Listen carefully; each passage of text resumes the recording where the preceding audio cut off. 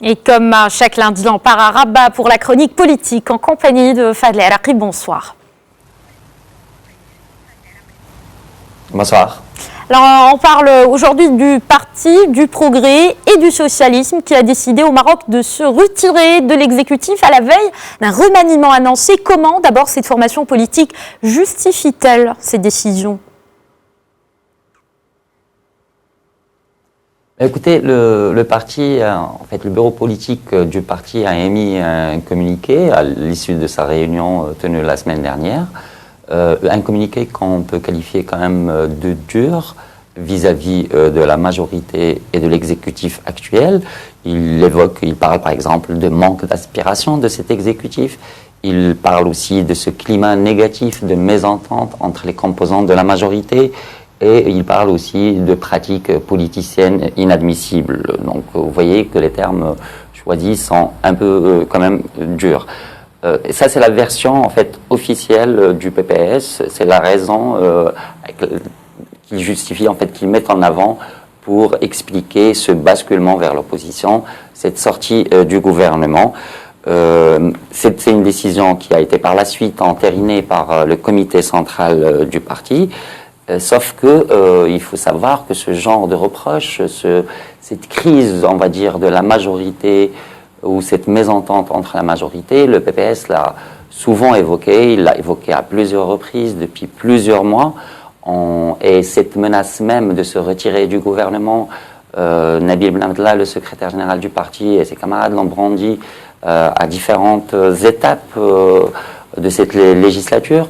On peut en citer, par exemple, on peut citer l'épisode de la suppression du secrétariat d'État chargé de l'eau qui a eu lieu l'été 2018 et qui a conduit à la suppression d'un département qui était géré par le parti. Là aussi, le PPS, quelque part, parlait de se retirer du gouvernement.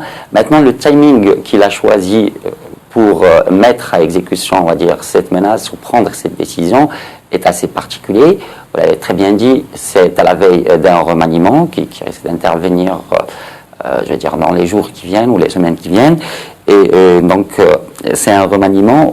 On sait que, selon les informations, le peu d'informations en tout cas qui fuitent, qu'il va conduire à un gouvernement plus ramassé. On parle de quelque chose comme une vingtaine de ministres, et cela suppose forcément la suppression à nouveau de postes ministériels, mais cette fois-ci pour toutes les formations politiques.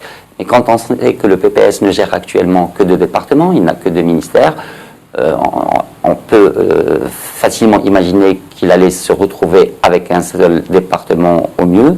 Et donc c'est peut-être ça qui a enclenché cette décision, parce que le parti estime ne pas avoir suffisamment de poids dans cet exécutif. Et donc c'est une question, on va dire, de marocain ministériel et non pas de principe de bonne entente entre le gouvernement. En tout cas, c'est ce qui apparaît à travers ce timing choisi. Alors concrètement, Fad, quelles conséquences pourrait avoir ce retrait du PPS, du gouvernement, sur la majorité ? Il faut peut-être d'abord commencer par restituer le poids du Parti du Progrès et du Socialisme dans cette majorité. Le PPS n'a pas plus que 12 élus. Numériquement ou arithmétiquement, c'est faible, c'est pas assez, on va dire, pour déséquilibrer une majorité ou pour créer des conséquences, on va dire, importantes au niveau du gouvernement. Donc c'est quelque chose ce basculement ne risque pas d'affaiblir la majorité.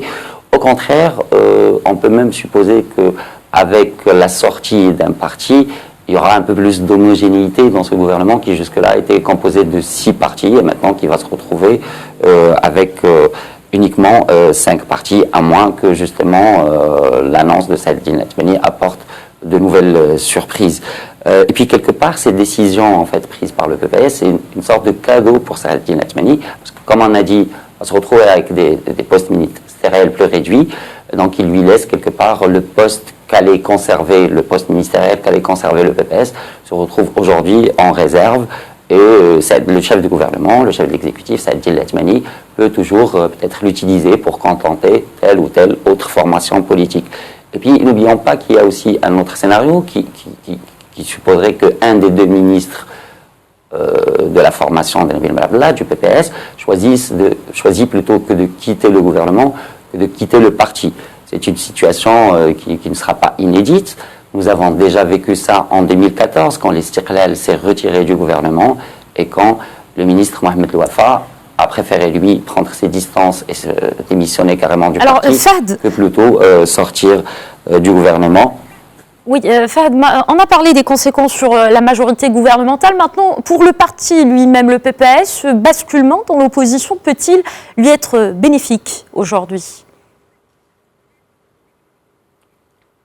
Est-ce qu'il peut être bénéfique? En tout cas, c'est ce que espèrent, on va dire, les dirigeants du parti et les membres du comité central qui ont pris cette décision, parce qu'ils espèrent qu'en se désolidarisant de cette majorité gouvernementale, ils vont pouvoir resserrer les rangs dans les rangs d'opposition et peut-être mieux rebondir pour les échéances législatives attendues, législatives et communales, même attendues en 2021.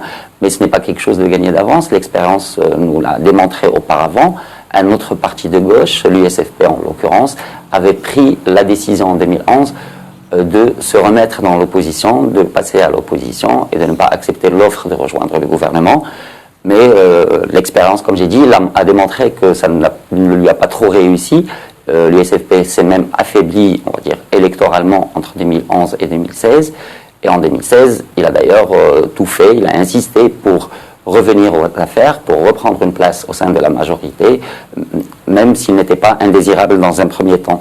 Donc ce n'est pas certain que le PPS puisse retrouver un nouveau souffle, on va dire, avec les 2 prochaines années passées au sein de l'opposition. Surtout que l'alliance avec le PJD lui avait coûté auparavant très cher. L'idée est claire, merci beaucoup Fahd El Erraqi pour cet éclairage. Je rappelle que vous étiez en direct avec nous depuis notre studio de Rabat.